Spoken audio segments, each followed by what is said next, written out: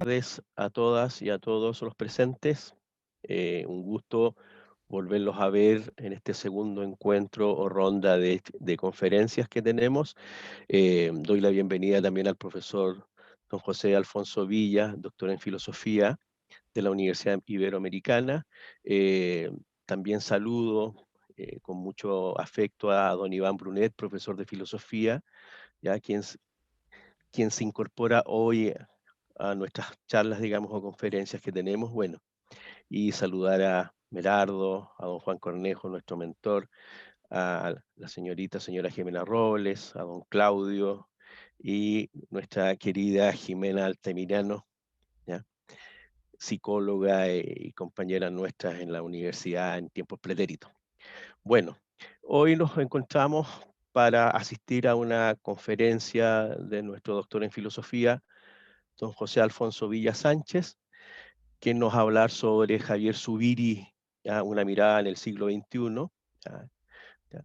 Así es que, como siempre, les recuerdo que en el intermedio de 10 minutos y después de esos 10 minutos tenemos la serie de preguntas o aportes o comentarios que querramos hacer. Así que dejo con ustedes a don Merardo Sepúlveda, quien va a dar la presentación de nuestro invitado de honor que tenemos el día de hoy. Estimados amigos y amigas asistentes a esta actividad, un gusto de tenerlos de vuelta por acá y verlos de nuevo. Creemos que para iniciar este segundo ciclo de actividades se hace necesario un breve resumen de lo que hemos hecho hasta ahora. Resumen que sirva también como información para los que recién se integran y como un recuerdo del camino que hemos recorrido para llegar a esta instancia.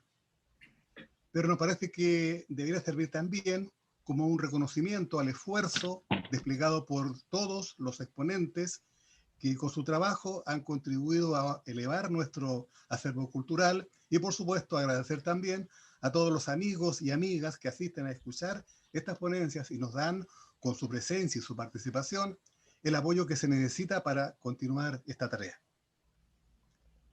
Abrió este primer ciclo 2021, el 9 de enero, el magíster Cristian Sotomayor, con el tema Liderazgo en Pandemia, un camino con sentido, que nos hizo reflexionar acerca de las oportunidades de crecimiento interior que podemos extraer de la actual pandemia.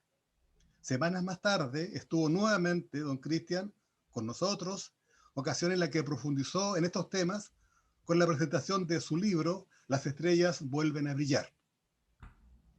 El 16 de enero tuve yo la oportunidad de invitarlos a una breve introducción a la filosofía latinoamericana, con el objeto de darles a conocer algunas características de esta corriente de filosofía. Y como esta exposición tuvo una buena acogida en ustedes, el 6 de febrero volví para invitarlos a una reflexión en torno a la identidad cultural americana. El 23 de enero, el profesor Luis Vera nos presentó el tema Una mirada sobre la élite chilena, intentando comprender con esto, entre otros aspectos, las manifestaciones populares de protesta iniciadas en Chile en octubre de 2019 y que luego tendrían sus símiles en otros países americanos. El 13 de febrero, el doctor Sergio Peralta nos presentó el tema Historia familiar del Bajo Pueblo en Chile tradicional. Una excelente ponencia y una buena ocasión para entender los orígenes e influencia de la élite chilena y proyectarla hacia los demás países, también buscando puntos de encuentro. El sábado 20 de febrero, la magíster Jimena Altamirano nos invitó a leer y a reflexionar con la obra La peste de Albert Camus, a 73 años de su publicación, una lectura en contexto de pandemia. Esta ponencia nos permitió vislumbrar la existencia de diversos componentes y diversos comportamientos de las personas en tiempos de crisis. Toda la grandeza y toda la miseria humana que se muestra en este libro y que también podemos ver hoy día en esta actual pandemia. El sábado 27 de febrero fue el turno del doctor César Lambert con su reflexión acerca del envejecimiento y la muerte. Fue una buena ocasión para conversar acerca de estos temas no siempre frecuentes en las conversaciones cotidianas. Llegamos así al mes de marzo con el doctor Marcelo Chaparro, quien el día 13 nos presentó un ejercicio filosófico afirmando que los valores morales no existen. Tuvimos aquí una buena oportunidad para hablar de los valores, su presencia, su falta y toda la gama de implicancias que tienen estas temáticas. El sábado 20 de marzo, la orientadora familiar Carla Orquera Ardiles nos hizo reflexionar respecto de aquellos aspectos ocultos de la actual pandemia, mostrándonos la cruda realidad que viven los migrantes en el norte de Chile. Y terminamos este primer ciclo el 27 de marzo con la presentación de Ailín Cajina y Alejandro Ramírez, voluntario de la Fundación Esperanza Terapia de México, con el tema Conecta tu risa. Al terminar el primer ciclo, hicimos una breve encuesta en la que pedíamos su opinión respecto de las fortalezas de nuestro seminario, aquellos aspectos que había que mejorar y sugerencias de temas de su interés para tratar en el segundo y tercer ciclo. Procesamos estos datos y hemos incorporado esa información en mejoras que les daremos a conocer a su debido tiempo.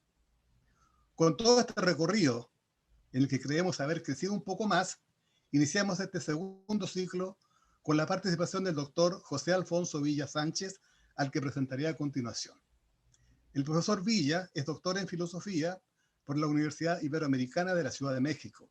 Es licenciado en teología por la Universidad Pontificia de México. Profesor investigador en el Instituto de Investigaciones de la Universidad Michoacana de San Nicolás de Hidalgo, en Morelia. Es estudioso de la fenomenología de Husserl, de la fenomenología hermenéutica de Heidegger, además de la filosofía primera de Javier Zubiri. Es autor de varios artículos publicados en revistas científicas y de algunos libros. Hoy nos viene a hablar de uno de sus libros, El realismo de Javier Zubiri en el horizonte del siglo XXI. Profesor José Alfonso Villa, lo dejo con la palabra. Muchas gracias, profesor. Muchísimas gracias. Muchísimas gracias. Bueno, yo quiero agradecerle también al doctor Juan Cornejo por esta posibilidad de participar en este seminario. Desafortunadamente, me ha sido materialmente imposible estar en las reuniones, pero agradezco muchísimo la posibilidad de participar en este seminario. Le agradezco también al profesor Medardo el contexto que ha dado un poco de lo que, pues eso quiero yo hoy comentarles. Una pregunta técnica nada más. ¿Cuánto tiempo tengo para este primer momento? ¿20 minutos, media hora, 15? Luis, profesor, tome su tiempo. Bueno, no los molestaré mucho con tanto tiempo, unos 20, 25 minutos utilizaré para este primer momento, digamos, de expresar un poco lo que quiero expresar. Sí, como ya decía el profesor Medardo, yo esta vez quisiera hablarles de este libro que se llama El realismo de Javier Zubiri en el horizonte del siglo XXI, que es un libro que salió finalmente publicado a finales del año pasado, y que es un libro colectivo en donde participan varios colegas, amigos, profesores, incluido el doctor Juan Cornejo.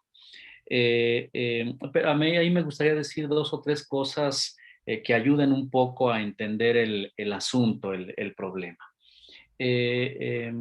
Hay dos líneas de trabajo que a mí me han interesado desde hace ya 20 años, 25 años. Y una es que por esta formación que yo tengo en el ámbito de la teología y en el ámbito de la filosofía, me ha interesado mucho tanto el tema de la hermenéutica como el tema de la filosofía primera. Entonces, cuando yo estaba en estos asuntos de los posgrados, del doctorado y estas cosas, yo estaba con el dilema de si hacer una tesis sobre el problema de la identidad en Paul Ricoeur o hacer una tesis sobre el problema de la realidad en Zubiri. De estas cosas indecidibles que uno a veces tiene en la vida, ¿no? yo había estudiado teología y cuando había estudiado teología me había dedicado especialmente al tema de la hermenéutica, de manera que me interesaba muchísimo el tema de la hermenéutica, pero me interesaba también lo que tenía que ver con, digamos, la teología dogmática y luego en el ámbito de la filosofía, pues la filosofía primera. Al final decidí elaborar una tesis sobre filosofía primera, específicamente sobre Zubiri, sobre Javier Zubiri. Decidí no abandonar el tema de la hermenéutica y especialmente algunas temáticas que estaban muy relacionadas con Riquer y con Gadamer porque me interesaban el modo de tratamiento de los dos problemas, tanto de la filosofía primera, con Zubiri, con Aristóteles, antes con Heidegger, con Husserl, digamos, en lo que se pueda entender que lo de Heidegger y Husserl es filosofía primera. Entonces yo seguí cultivando la filosofía primera, pero no abandoné ni he abandonado la hermenéutica, no solo en términos metodológicos, sino también en términos de contenido. Y esto lo digo porque siempre tuve la inquietud y es un poco lo que finalmente estoy empezando a hacer, de hacer confluir de alguna manera, no, hace 10 años, 15 años no sabía cómo, pero lo estoy empezando a descubrir, hacer confluir la filosofía primera de Zubiri con el tema de la realidad, con la hermenéutica de Riquer y de Gadamer específicamente, ¿verdad? Ha sido un trabajo muy largo. Finalmente he podido escribir 2 o 3 estudios en donde intento conjuntar las dos cosas digamos, la metodología hermenéutica como una filosofía primera como la de Zubiri, y lo digo porque este libro, del cual ahora estoy, bueno, quiero hablarles, que se titula así, El realismo de Javier Zubiri en el centro del siglo XXI, ha sido un libro que ha sido un poco testigo de este esfuerzo mío por acercar el tratamiento hermenéutico, Riquer y Gadamer, la ontología fundamental de Heidegger, con el realismo de Zubiri. Sé perfectamente que ni los scholars de Zubiri, ni los scholars de la hermenéutica estarían de acuerdo en esto. Pero pues eso ha sido precisamente el motor para mí. O sea, me alegra que no estén de acuerdo, me parece muy bien. Yo voy a tratar de generar, de trabajar algo en esa dirección. De manera que, de alguna forma, este libro, al menos en el texto que yo escribo ahí, que ahorita voy a mencionar, intenta eso, ¿verdad? Intenta acercar esto. ¿Por qué? Porque, digamos, la hermenéutica de Gadamer y de Riquer, que en el fondo, aunque Riquer lo diga menos que Gadamer, remontan y digamos, asumen el Heidegger de Ser y Tiempo, siguen teniendo el problema de que intentan, digamos, autosustentarse. O sea, el círculo hermenéutico es un círculo que se mueve, me parece, en el mismo, vamos a decirlo así, en términos epistemológicos, por decirlo de alguna manera. Y eso, a mi parecer, inscribiría la hermenéutica todavía en un paradigma muy moderno. Y ahí Zubiri me parece que tiene una aportación disruptiva que tiene mucho que aportar por el realismo que Zubiri propugna.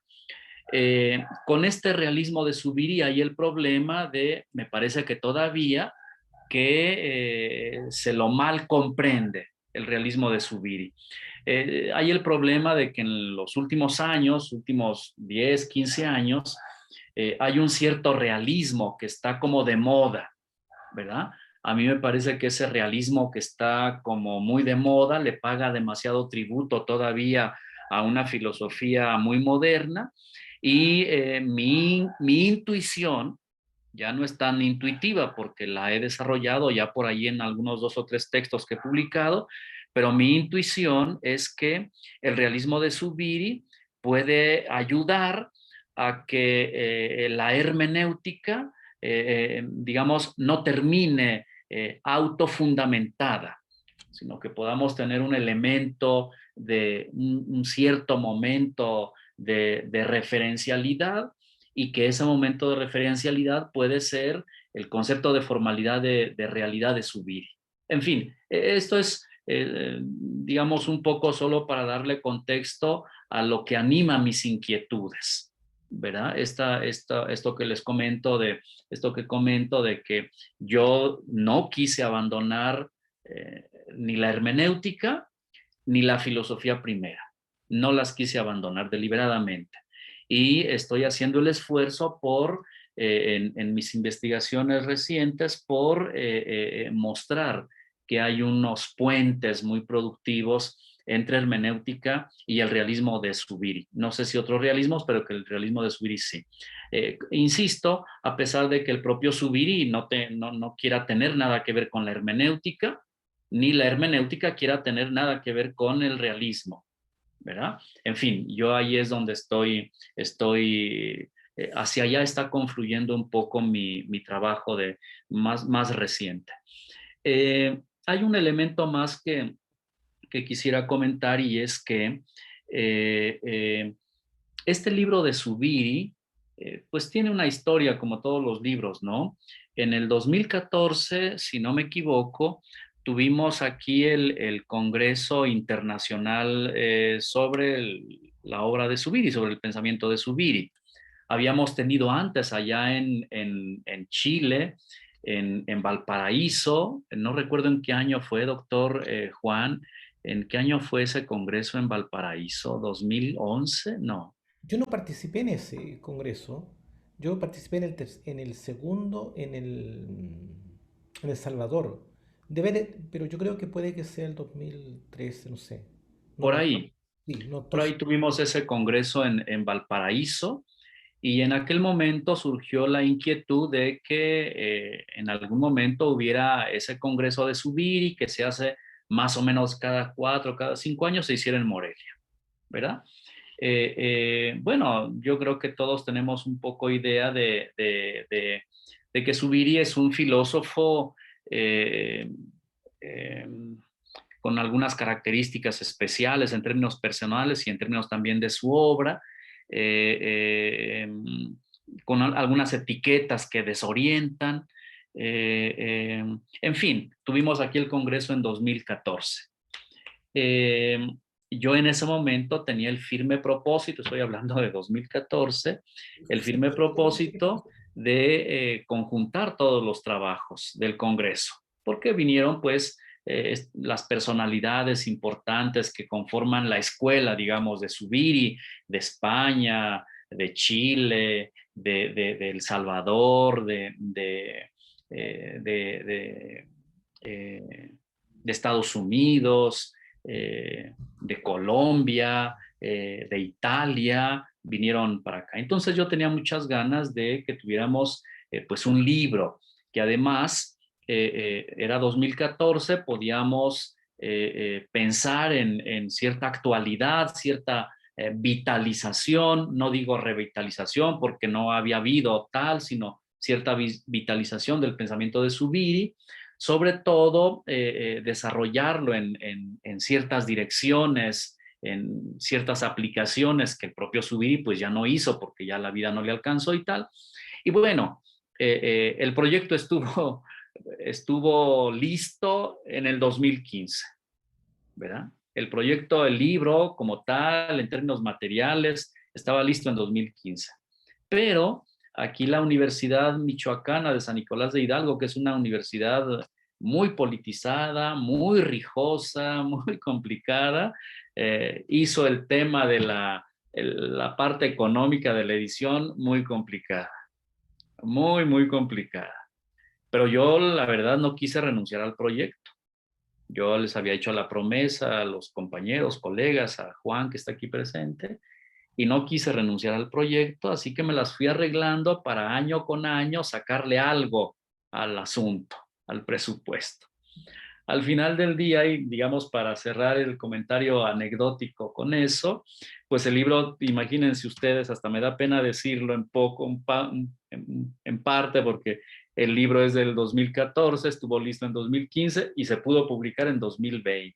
Ya me llevó 6 años reunir el recurso. Pero yo creo que valió mucho la pena. Es un libro que al final terminó con 757 páginas, aquí lo tienen, ¿verdad? Me parece que en términos generales es una edición bien cuidada por una editorial seria de aquí de México. Al final quedaron reunidos pues trabajos muy brillantes como el de el doctor Cornejo y de muchos otros colegas aquí en el libro. Y a mí quien me hizo a mí ver todo esto, digamos, yo ya lo sabía, pero luego uno tiene siempre la inquietud de si no está siendo autocomplaciente con uno.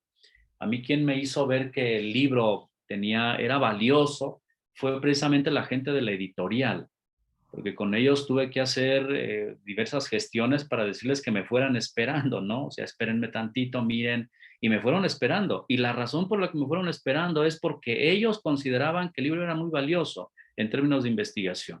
Entonces, eso fue lo que a mí me fue dando un poco de consuelo, que pasaran un año y otro año y los colegas me, oye, Alfonso, ¿y qué pues con el libro? ¿Qué pasa con el libro?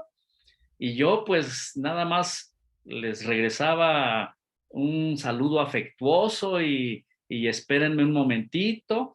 Al final del día la editorial, la gente de la editorial me hizo caer en la cuenta de que se trataba de un libro de investigación valioso, que merecía la pena y eso me bajó a mí un poco la preocupación. Bueno, el libro tiene varias partes. Específicamente tiene 3 partes. La primera parte se llama sobre realidad e inteligencia sentiente. Ahí tratamos de colocar los trabajos que hacían investigación sobre el tema de la relación entre realidad e inteligencia sentiente en Zubiri, que es el gran tema. Yo creo que ese tema en Zubiri es un tema que está todavía por explorar.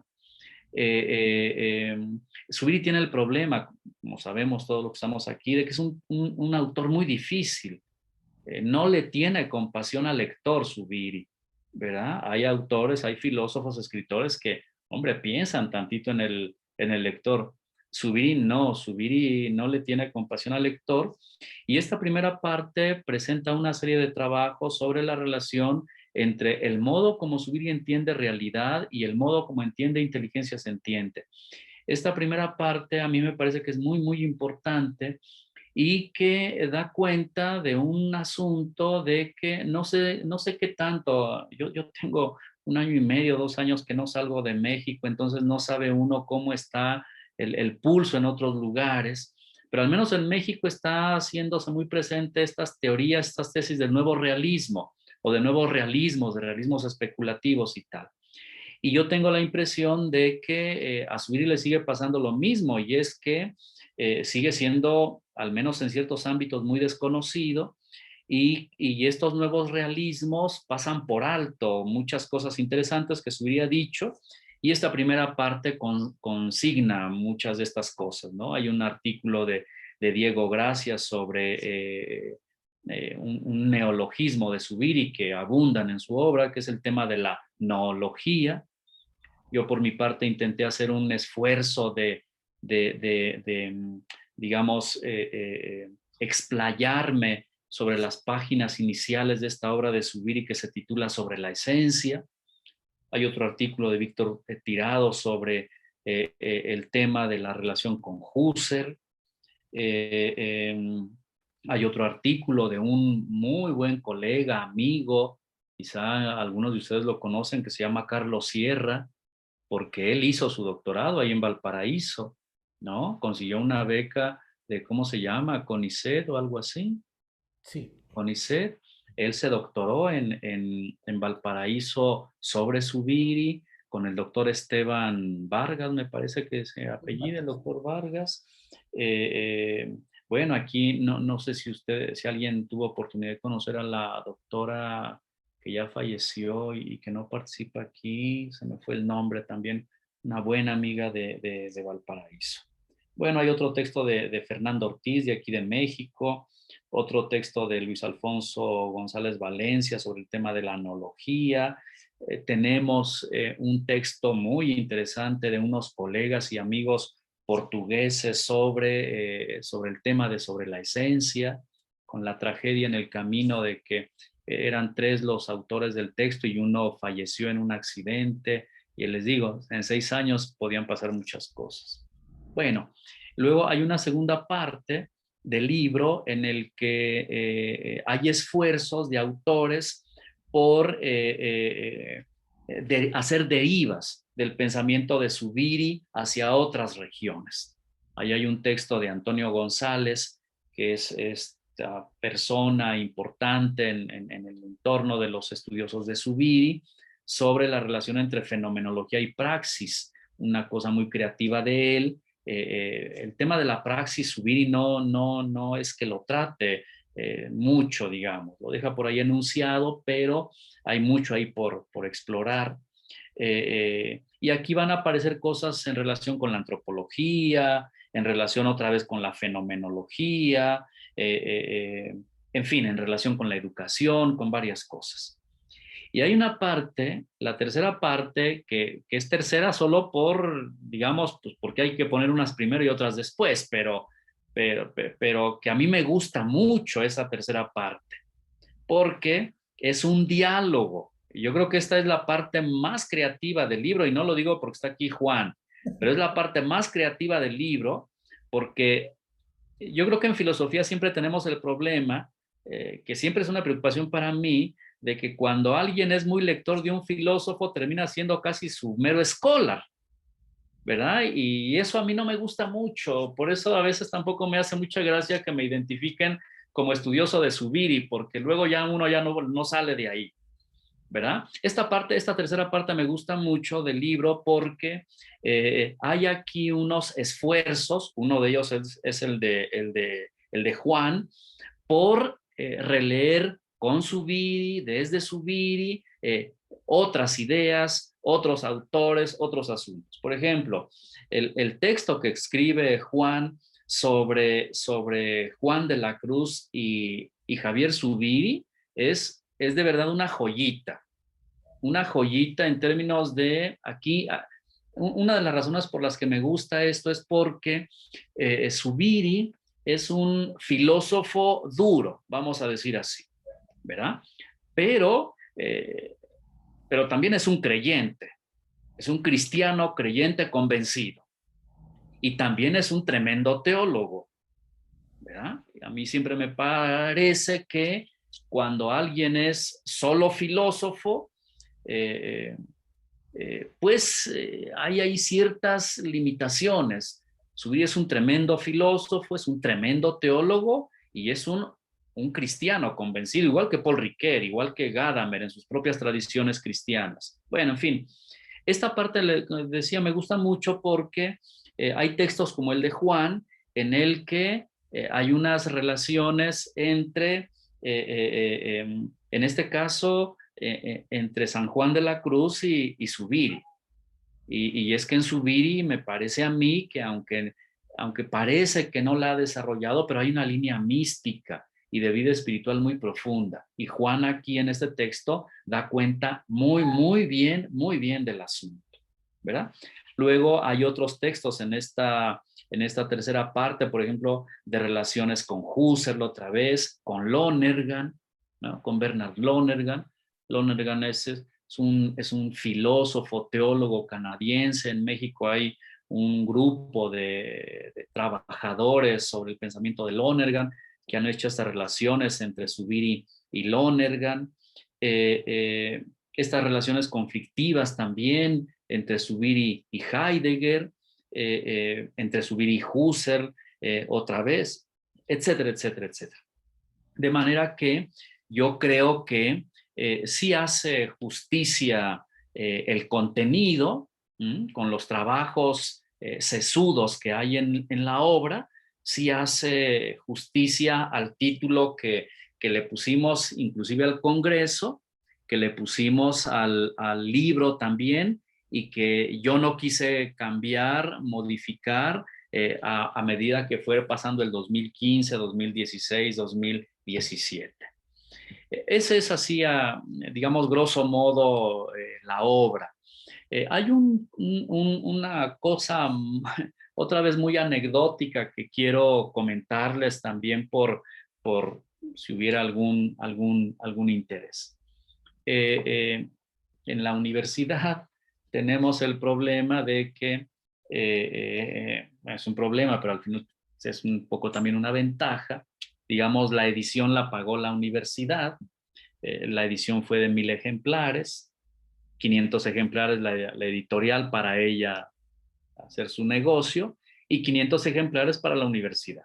Pero la universidad tiene el problema de que no tiene una política de distribución elaborada y sistemática. Entonces, no están ustedes para saberlo, pero yo aquí en mi casa, que aquí la tienen en México cuando quieran venir, tengo, ahorita ya no los 500, pero tengo 400 ejemplares de la obra. Entonces les he dicho mucho a todos los colegas, amigos, estudiosos de Zubiri o de la filosofía, que aquí este libro, digamos, yo se los regalo, nada más ayúdenme pagando el envío, porque ya me fleté yo pagando el costo, bueno, gestionando el costo de la edición. Entonces lo digo así un poco en broma, pero en serio, si a alguien le interesa, yo encantado de hacérselos llegar, pero encantado, porque el libro ya está pagado. Yo no tengo interés de venderlo, tengo interés de que se lo conozca y se lo lea, de que llegue a universidades, a lectores, a colegas, amigos. Entonces, yo no se los voy a vender, desde luego, ¿verdad? Se los voy a regalar. Si me apoyan con el envío, les mando los ejemplares que quieran, los que necesiten, ¿verdad? Porque ahora lo que me interesa es eso. Al menos con los ejemplares que yo tengo, que el libro llegue a los amigos, a los lectores, a los interesados en la filosofía, y lo comento pues por a quien le interese, pero encantado de la vida. Ahí está mi correo y si no lo vuelvo a poner aquí, y los que sea necesario. Yo especialmente con Chile, con los colegas y amigos de Chile, pues me siento muy cercano porque he tenido oportunidad de estar varias veces en Santiago, en Valparaíso, para congresos de fenomenología y congresos sobre Zubiri. Así que, bueno, pues eso serían un poco mis comentarios. Perdonen si fue demasiado anecdótico, pero bueno, pues estoy a sus órdenes, a su disposición. Muchas gracias, profesor. Y ahora, como lo indicamos al inicio de este seminario, tenemos 10 minutos de break, ¿ya? Para posteriormente volver a la segunda parte con preguntas, aportes, comentarios, etc. De acuerdo. Así es que son las 16:40, a las 16:50 volvemos a prender las cámaras y los micrófonos. La idea es que no se desconecten por si acaso, simplemente apaguen su micrófono y sus cámaras al que lo desee hacer. De acuerdo. Nos vemos en 10 minutitos más.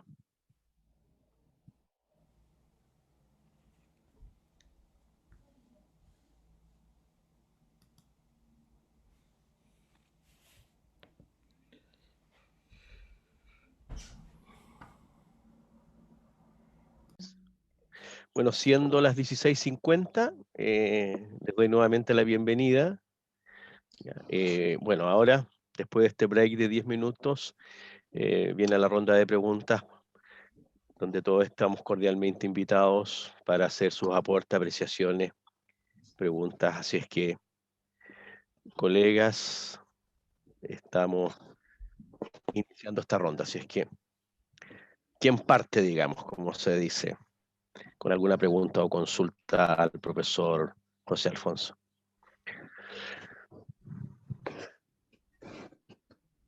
Yo, profesor, quisiera compartir. Interesante, buenas tardes a todos. Buenas tardes, Ángel. Buenas tardes. Interesante la ponencia del profesor. Y al mostrarnos, al ponernos en contexto esta filosofía tan a veces inacible de Zubiri, que yo concuerdo con él, no siendo yo directamente del área de la ciencia, de la filosofía, pero destaco además en esto lo que el mismo profesor dijo, y que se transforma en un homenaje a nuestro querido amigo doctor Cornejo, ¿cierto? Por ese esfuerzo que él pone en la gente que conoce, el leer a Zubiri. Y eso me pasó a mí cuando éramos nosotros académicos en Calama, nos conocimos y formamos los círculos zubirianos y tratamos de dar a conocer esta historia.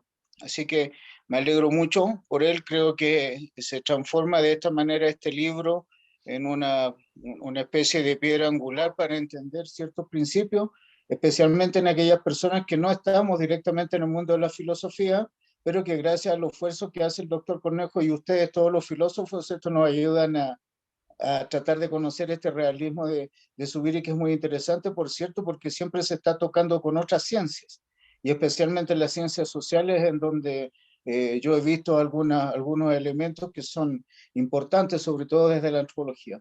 Eso quisiera destacar. Gracias. Muchas gracias. Muchas gracias, Ángel.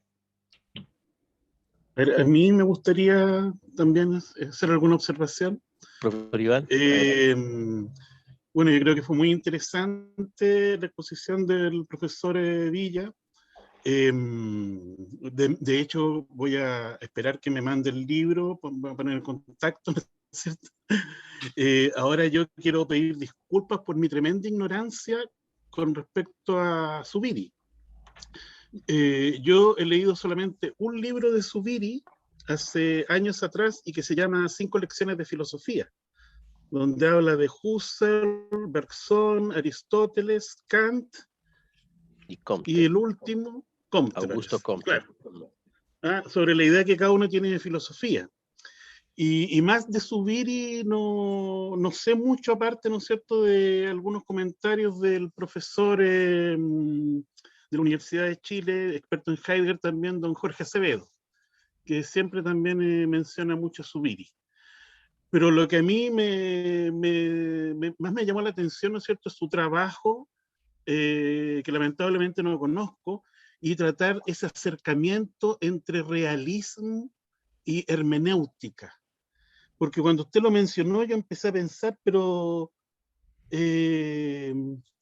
son cosas, ¿no es cierto?, tan distintas, que parten a partir, ¿no es cierto?, de bases tan distintas en términos epistemológicos, ontológicos, diría yo incluso, que cómo esa juntura, como decía usted, ¿no es cierto? ¿Ya?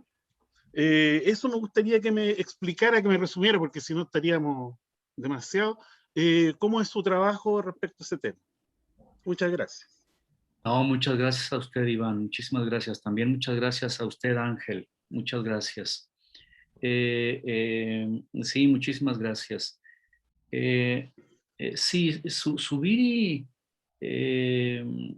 digamos, a mí tanto con Riquer como con Zubiri, me pasa tengo siempre el problema de que a ellos les tocaron vivir épocas muy duras a los dos, en términos sociales, en términos políticos, muy duras, muy duras. Y entonces, cada cual se las arregló para, lo dice por ahí Riquer en algún, para no dejarle la última palabra a la circunstancia, vamos a decir así.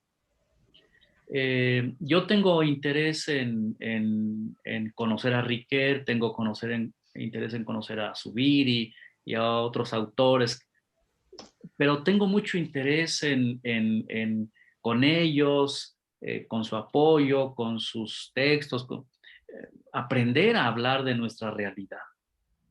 Y ahí es donde yo quisiera aprender a echar mano de herramientas metodológicas, conceptuales, que vengan de la hermenéutica y que vengan de la filosofía primera para pensar con responsabilidad ciertas áreas de nuestra realidad y de nuestro entorno. A mí me cuestiona mucho que no tiene nada de malo, yo creo que está muy bien que al menos en filosofía tengamos muchos filósofos que somos scholars de algún otro filósofo. Y está bien, ¿verdad? O sea, tiene que haber, no sé, Heidegger, Husserl, han generado Aristóteles, Rousseau, han generado unas obras tan grandes y potentes que luego es necesario que haya otros que nos ayuden a entenderlas. Pero a veces también la filosofía meramente escolar pues se anquilosa un poco. Y a mí lo que me gusta, me llama la atención, me reta, vamos a decirlo así, tanto de Riquel como de Zubiri, es que siendo scholars, pues de Husserl, de Heidegger, de Aristóteles, luego tenían el problema de su realidad, de su entorno, de su mundo. Y entonces eso es lo que me motiva, digamos, en donde yo quiero no renunciar ni a ciertas cosas metodológicas, como el círculo hermenéutico de la hermenéutica, que ahora que me gustan, porque me parece que son muy productivas, pero tampoco quiero renunciar a las preguntas sobre lo que es primero. Ahora, ahí también he tenido la preocupación de no hacer relaciones fáciles, digamos, ¿verdad? Para no simplificar, sino darle el tiempo a cada cosa. Y en algún momento decidí deliberadamente desarrollar un poco paralelamente los dos caminos, paralelamente. Dije, bueno, tengo la convicción de que no quiero renunciar a la hermenéutica, pero tampoco a la filosofía primera. Ok, voy a desarrollarlas de manera paralela. Y estoy empezando a intuir el modo de juntarlas, lo hermenéutico con la metafísica, en algunos temas, ¿verdad? Digamos, ciertos principios metodológicos hermenéuticos con ciertos principios metodológicos metafísicos, de reunirlos en algunos temas. Lo he logrado en tres ejercicios. Un ejercicio sobre el tema de la violencia. Ya ven que México es noticia todos los días con el tema de la violencia, ¿no? Un ejercicio que hice sobre el tema de la violencia, que se llama Acción, Responsabilidad y Violencia, en un libro colectivo. Otro ejercicio que hice, que está por salir en un pequeño ensayo que se llama Realidad e Imagen del Mundo, sobre el tema de la ontología de la imagen, donde hago... Y otro que publiqué recientemente en una revista de Colombia que se llama Franciscanum, que es el problema de Dios en Zubiri. Esos tres ejercicios son los primeros balbuceos en los que he intentado reunir principios metodológicos de la hermenéutica con principios metodológicos de la filosofía primera en relación a dos o tres problemas que a mí me interesan. Y lo que me gustaría es madurar el asunto, ¿verdad? Yo mismo ahora no sabría cómo, para dónde, pero me gustaría seguir madurando el tema de hacer confluir los dos principios metodológicos, algunos contenidos de ambas áreas en relación a ciertos problemas de nuestro entorno, de nuestro contexto, de nuestra realidad. Zubiri es un filósofo difícil,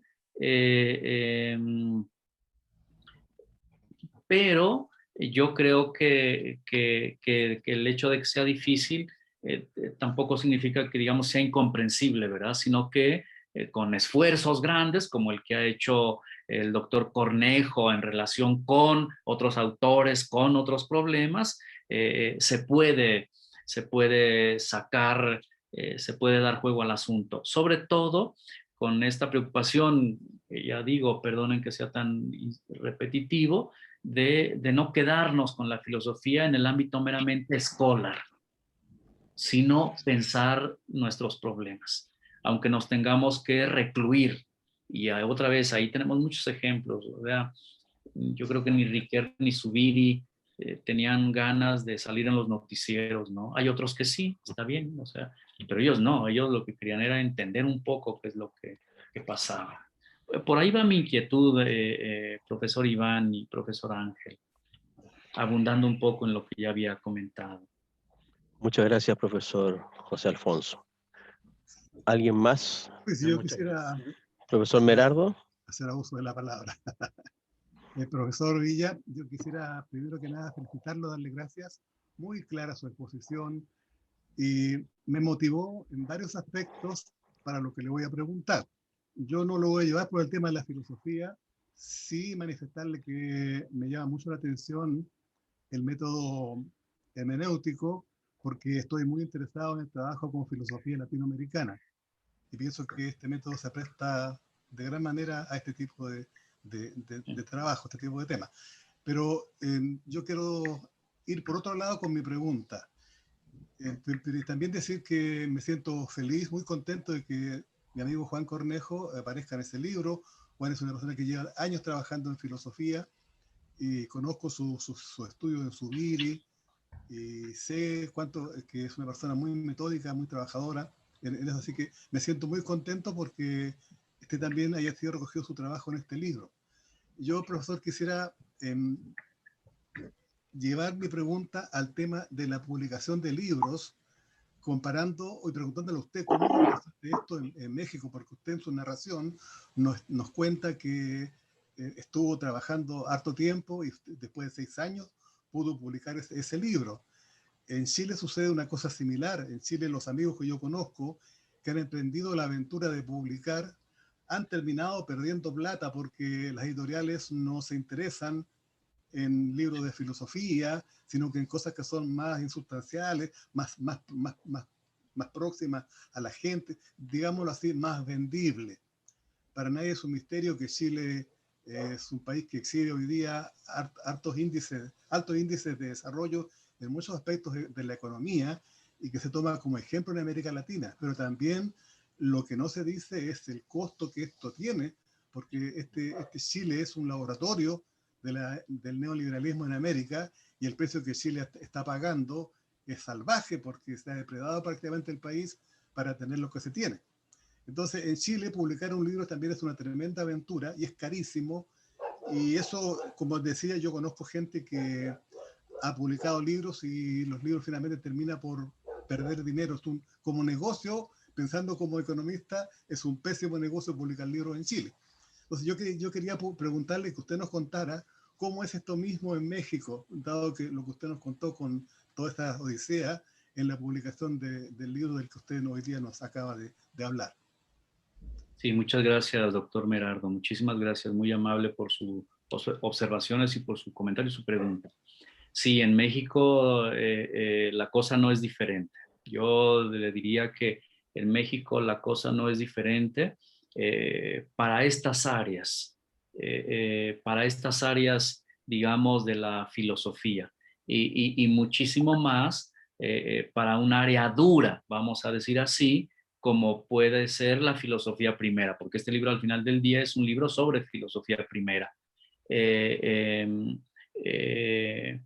Aquí en mi universidad, que se llama Universidad Michoacana de San Nicolás de Hidalgo, es una universidad que tiene una tradición humanística amplia, sólida, pero tenemos el problema de que no hay apoyo para publicar libros, ¿verdad? O que luego lo que se quiere que se publique son cosas vendibles. Y la investigación, yo creo que en filosofía, pues tampoco es cosa de mercado, ¿verdad? Entonces, en México pasa lo mismo. Tenemos el mismo problema de que hay muchas dificultades para la publicación de los libros. Ahora, yo aquí, digamos, un poco la lección es que ahí sí pienso que Zubiri no es maestro. Yo creo que los investigadores también hacemos bien en entenderle al negocio de la publicación. Quiero decir que si así funciona, digamos, yo tengo interés en la filosofía, yo quiero hacer cosas de filosofía que valgan la pena, pero no puedo quedarme con este sueño romántico de hago genialidades y luego alguien que venga y las rescate y las publique. Yo creo que también merece la pena que los filósofos, hablo de mi área, también nos metamos en esa dinámica de ayudar a que nuestras cosas se publiquen. Y yo ahí diría, aunque nos cueste un poco de trabajo, ¿verdad? ¿Por qué? Porque la autoridad, ¿no? En términos políticos, no nos va a venir a rogar con $1,000 para que publiquemos. No, no lo va a hacer. La autoridad no me va a venir a decir, oiga, usted investigador en filosofía, tiene un libro genial sobre Zubiri, aquí hay $2,000 para que lo publique. No, no lo va a venir a hacer.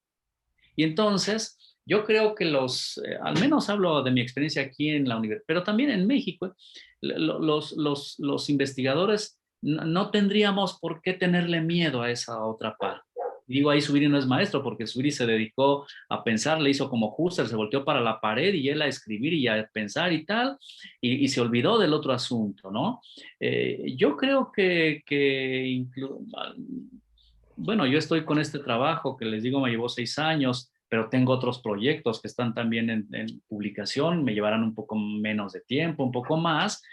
Yo lo que sí les diría es, yo no me desanimo, ¿verdad? Ni quiero ser ingenuo, pero tampoco quiero ser pesimista. Yo no me desanimo. Tengo lo que tengo en fila, le hago la lucha, perdonen por el símil, así como me pongan el partido de fútbol, pues así lo voy a jugar y voy a hacer mi mejor esfuerzo a que salga lo mejor que se pueda. Ahora, en México pasa una cosa que yo creo que sí hace un poco, en México la educación privada, las universidades privadas tienen una dinámica completamente diferente, capitalista, gringa, perdonen la expresión, dinerera. Entonces las universidades privadas, las instituciones privadas tienen unos mecanismos donde hay más dinero, y lo sé porque publico también algunos capítulos con colegas de universidades privadas. Yo estudié en una universidad privada, el doctorado. Ahí la dinámica es diferente porque el dinero funciona de otra manera. No es dinero público, es dinero privado. Entonces hay más recurso, hay ciertas programaciones. El problema que tienen es que está a capricho de la ideología dominante en la institución. Entonces, pues sí, hay esa ventaja. Tienen dinero para publicar, pero deben publicar y entonces uno no sabe qué es peor, ¿verdad? No sabe qué es peor si tener dinero para publicar, pero tengo que publicar lo que la ideología dominante me dice, o no hay tanto dinero para publicar, le tengo que buscar, pero tengo la libertad para publicar lo que yo quiera publicar. En fin, es esa dinámica, esa tensión ahí difícil que en términos políticos, en términos económicos, que se vive en México, ¿verdad? Al final del día me llevó 6 años, pero yo no cedí a mi idea y pues el libro ahí está.